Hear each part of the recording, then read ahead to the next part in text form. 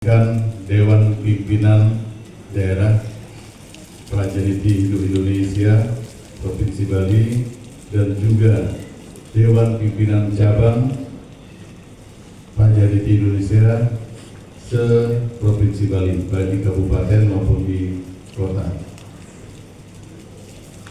Sebetulnya hari ini juga pada saat yang sama, pada jam yang sama di Nusa Tenggara Barat, rekan-rekan kita Prajaniti di sana melakukan konsolidasi dengan mengadakan rapat kerja daerah. Kami berusaha membagi tugas untuk hadir. Di sini hadir satu, ada sekjen berkenan hadir. Sekjen berkenan berdiri sebentar biar teman-teman Prajaniti tahu. Pak Dr. Wayan Kantur Mandala Pilha.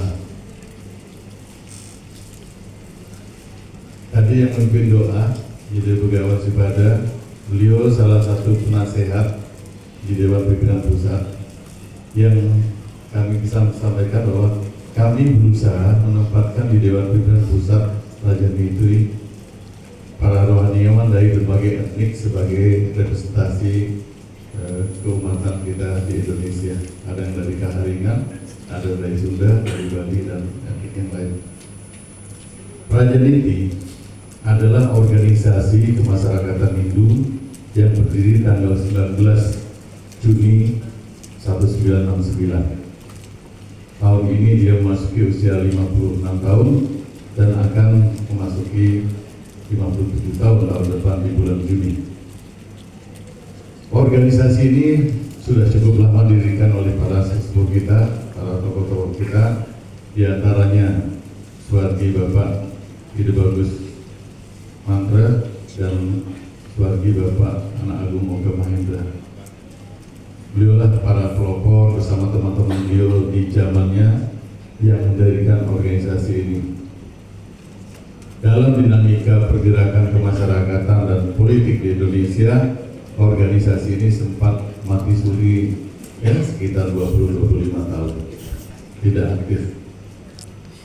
Lalu pada saat kami mendesain Grand Design Hindu Dharma Indonesia tahun 2013,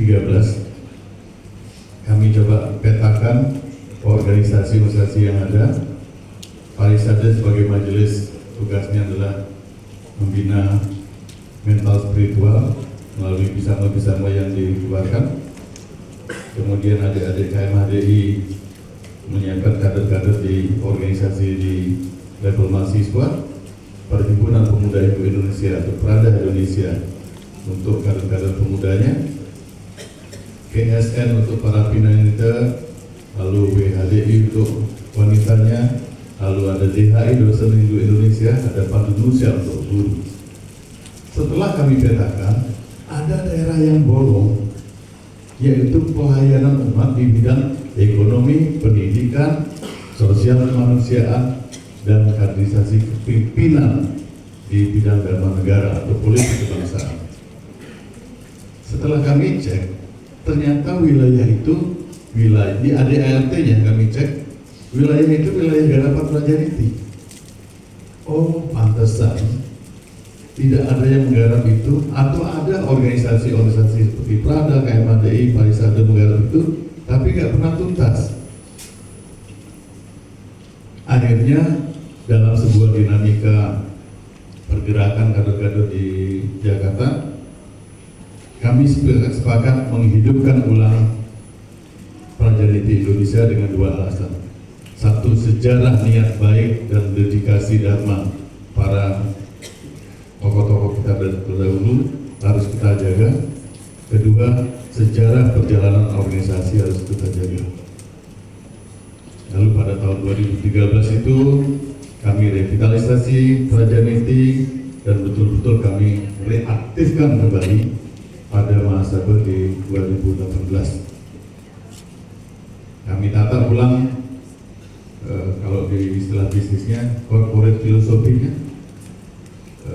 Kami bangun branding baru, kami siapkan sistem, dan Astungkara sampai sekarang sudah animo masyarakat menyadari kebutuhan Prajaniti di kehidupan kemasyarakatan di umat Hindu khususnya.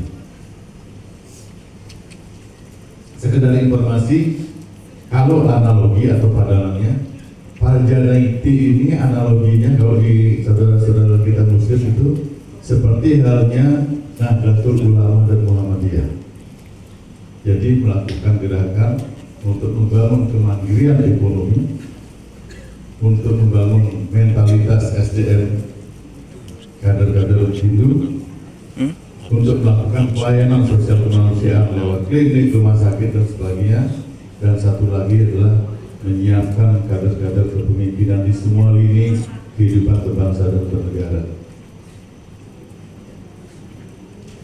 Di masyarakat banyak yang salah paham tentang Prajaniti bahwa seolah-olah Prajaniti ini organisasi politik. Itu yang terjadi di mindset masyarakat, bahkan di mindset pengurus itu sendiri. Itu satu hal. Di hal yang lain, begitu ngomong politik, pada umumnya di masyarakat Hindu langsung alergi, takut, seperti mengidap politikofobia gitu. Jadi selama sejak tahun 2013 kami mengangkat Prajaniti ini tertatih-tatih, makanya gerakan layanannya kami tata ulang. Yang kami garap pertama adalah faktor-faktor yang menyangkut kemandirian ekonomi. Gerakan kewirausahaan, pelatihan kewirausahaan, gerakan ekonomi, membangun koperasi, itu yang kami garap duluan. Kenapa? Karena itu memang kebutuhan real di semua lini keumatan kita. Setelah itu kami garap wilayah pendidikan dan pelayanan di masyarakat untuk mengubah mindset bahwa Prajaniti ini menakutkan. Tunggara niat baik semua kita di situ berjalan baik. Sambil contoh misalnya Prajaniti di Sulawesi Tenggara bersama para semeton kita di desa-desa situ sudah mampu memfasilitasi pembentukan lebih dari 120 koperasi adat di kantong-kantong umat Hindu. Tugas kami berikutnya adalah bagaimana Prajaniti mendampingi supaya koperasi-koperasi itu dikelola dengan baik, supaya koperasi-koperasi itu didukung dengan sistem teknologi informasi digitalisasi, dan proses itu terus berjalan. Semua